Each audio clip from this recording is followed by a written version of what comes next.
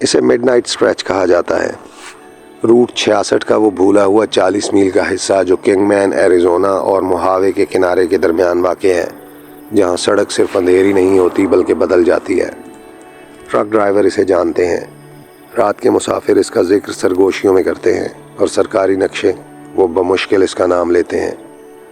دن کے وقت یہ ایک عام سڑک لگتی ہے، جلتا ہوا ایسفالٹ، زنگ آلود سائن بورڈز اور ختم نہ ہونے والا افق۔ مگر 12:17 رات کے بعد کچھ بدل جاتا ہے۔ انجن بغیر کسی وجہ کے بند ہونے لگتے ہیں، ریڈیو چینلز شور میں بدل جاتے ہیں، پھر ایسی آوازیں سنائی دیتی ہیں جو کسی اسٹیشن سے تعلق نہیں رکھتی۔ مکمل طور پر فریز ہو جاتا ہے جی پی ایس۔ یہ دعویٰ کرتا ہے کہ آگے کوئی سڑک موجود ہی نہیں، جبکہ ہیڈ لائٹس واضح طور پر دکھاتی ہیں کہ راستہ اب بھی جاری ہے۔ 1950 کی دہائی میں یہ حصہ زندہ تھا۔ ڈائنرز، موٹلز، پیٹرول پمپ، نیون لائٹس رات کو چمکتی تھیں۔ خاندان گزرتے تھے، سپاہی واپس آتے تھے، خواب دیکھنے والے کیلیفورنیا کی طرف بڑھتے تھے۔ پھر آہستہ آہستہ لوگ غائب ہونے لگے۔ 1963 میں ایک ڈیلیوری ڈرائیور راستے میں غائب ہو گیا۔ اس کا ٹرک سڑک کے کنارے چلتا ہوا ملا، دروازہ کھلا، انجن گرم، مگر ریت پر ایک بھی قدم کا نشان نہیں۔ 1978 میں 4 افراد پر مشتمل ایک خاندان کبھی بارسٹو کے موٹل تک نہ پہنچ سکا۔ ان کی گاڑی دنوں بعد ملی، صاف ستھری، سڑک کے کنارے کھڑی۔ سامان اب بھی چھت پر بندھا ہوا تھا، نہ تشدد کے آثار، نہ مزاحمت، نہ لاشیں۔ 1990 کی دہائی تک ٹرک ڈرائیور اس حصے پر رکنا چھوڑ چکے تھے۔ جو لوگ رات میں یہاں سے گزرتے وہ صرف خاموش نہیں بلکہ کچھ اور بیان کرتے تھے۔ وہ کہتے تھے کہ جیسے ایک اور سڑک اس کے اوپر چڑھی ہوئی ہو۔ 2 نظر آنے والی ہیڈ لائٹس جو کبھی قریب نہیں آتی، بغیر آواز کے ساتھ چلتی پرانی گاڑیاں، اور سڑک کنارے عمارتیں جو اب موجود ہی نہیں ہونی چاہیے مگر مدھم روشنی میں نظر آتی ہیں جیسے کسی کا انتظار کر رہی ہوں۔ کنگ مین کے مقامی لوگ، اگر آپ غور سے سنیں تو آہستہ سے یہ بات کہتے ہیں، اگر آدھی رات کے بعد روٹ 66 پر آپ کا موڑ چھوٹ جائے تو واپس مڑنے کی کوشش مت کرنا، کیونکہ جو ایسا کرتے ہیں وہ کبھی نہیں بتاتے کہ انہوں نے کیا دیکھا۔ پہلا مصدقہ زندہ بچ جانے والا بیان 2009 میں سامنے آیا۔ اس کا نام کیلب مور تھا۔ روٹ 66 پر 17 سالہ تجربہ رکھنے والا لانگ ہال ٹرک ڈرائیور، نہ منشیات، نہ شراب، نہ کسی ذہنی بیماری کی تاریخ۔ اس نے جو بیان دیا اس نے ایریزونا ہائی وے پیٹرول کو دہائیوں پرانے کیسز خاموشی سے دوبارہ کھولنے پر مجبور کر دیا۔ کیلب نے مڈ نائٹ اسٹریچ میں 12:41 پر داخلہ لیا۔ سب سے پہلے اس نے خاموشی محسوس کی، ایسی خاموشی جو سکون نہیں دیتی بلکہ کانوں پر دباؤ ڈالتی ہے۔ نہ کیڑے، نہ ہوا، حتیٰ کہ ٹائروں کی ہلکی آواز بھی نہیں۔ اس کی ڈیش بورڈ گھڑی 12:47 پر رک گئی۔ پھر سائن بورڈ بدلنے لگے۔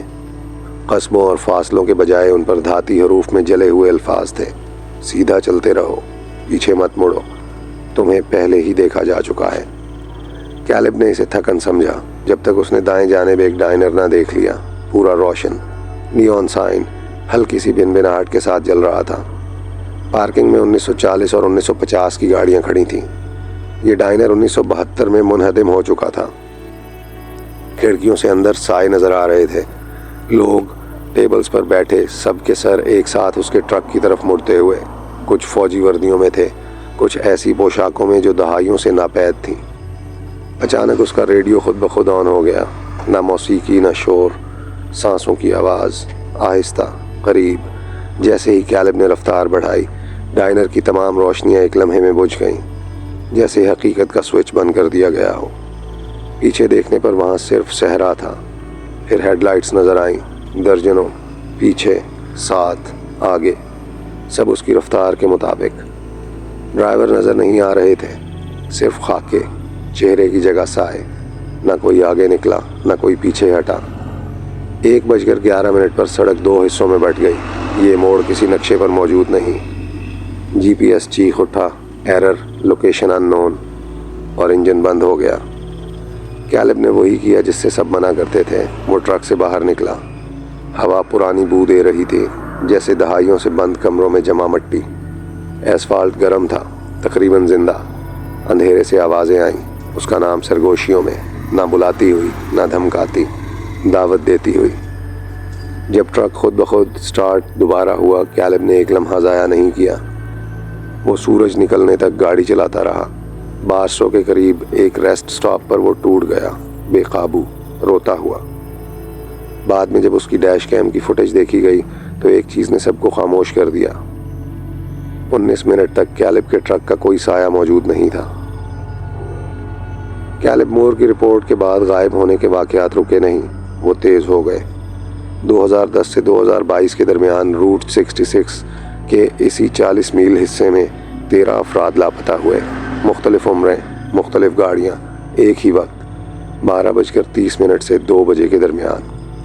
یہ پیٹرن پولیس نے دریافت نہیں کیا، یہ ایک ریٹائرڈ آرکائیوسٹ ایلینر فرینچ نے دریافت کیا، جس نے اپنی زندگی امریکی سڑکوں کی تاریخ محفوظ کرنے میں گزاری۔ اس نے 1930 اور 1940 کی دہائیوں کی تصاویر میں ایک عجیب چیز دیکھی۔ سڑک کی تعمیر کے دوران کھڑے مزدور، کچھ چہرے بار بار نظر آ رہے تھے، دہائیوں کے فرق سے، وہی چہرے، وہی تاثرات، وہی انداز۔ ان میں سے کسی کی موت کا ریکارڈ موجود نہیں تھا۔ جب زمین کی پرانی دستاویزات کھنگالی گئیں تو اصل حقیقت سامنے آئی۔ روٹ 66 سے پہلے، ایسفالٹ سے پہلے، یہ جگہ ڈسٹ باؤل کے دوران ایک عارضی کیمپ تھی۔ خاندان یہاں رکے، یہ سمجھ کر کہ کیلیفورنیا آ گیا، بہت سے آگے نہ جا سکے۔ ریکارڈز میں کمی، بیماری، تشدد، یہ سب کچھ درج تھا۔ اور پھر اچانک خاموشی، نہ منتقلی کے کاغذات، نہ قبریں۔ کیمپ کو مٹا دیا گیا۔ جب روٹ 66 بنی تو سڑک اسی کیمپ کے اوپر بچھا دی گئی۔ تمام زندہ بچ جانے والوں نے ایک ہی آخری احساس بیان کیا۔ جانے سے پہلے انہوں نے کسی موجودگی کو محسوس کیا، نہ دشمن، نہ قاتل، انتظار میں، جیسے سڑک خود سوال کر رہی ہو، کیا تم یہاں رہو گے؟ 2018 میں سڑک کی مرمت کی کوشش کی گئی۔ ہر رات اسفالٹ ٹوٹ جاتا۔ درزوں میں مزدوروں نے نشانات دیکھے، قدموں کے نہیں، ہاتھوں کے، جیسے نیچے سے اوپر کی طرف دبائے گئے ہوں۔ کام خاموشی سے روک دیا گیا۔ آج دن میں وہ حصہ عام سا لگتا ہے، ایک سڑک، ایک صحرا، مگر ٹرک ڈرائیور آج بھی وارننگ دیتے ہیں، آدھی رات کے بعد مت رکنا۔ اگر سڑک تمہیں آرام کی جگہ دکھائے تو اس لیے کہ وہ کسی کی جگہ لینا چاہتی ہے۔ کہیں اسفالٹ کے نیچے وہ کیمپ اب بھی موجود ہے، اور روٹ 66 ہر اس مسافر کو یاد رکھتی ہے جس نے دعوت کو رحم سمجھ لیا۔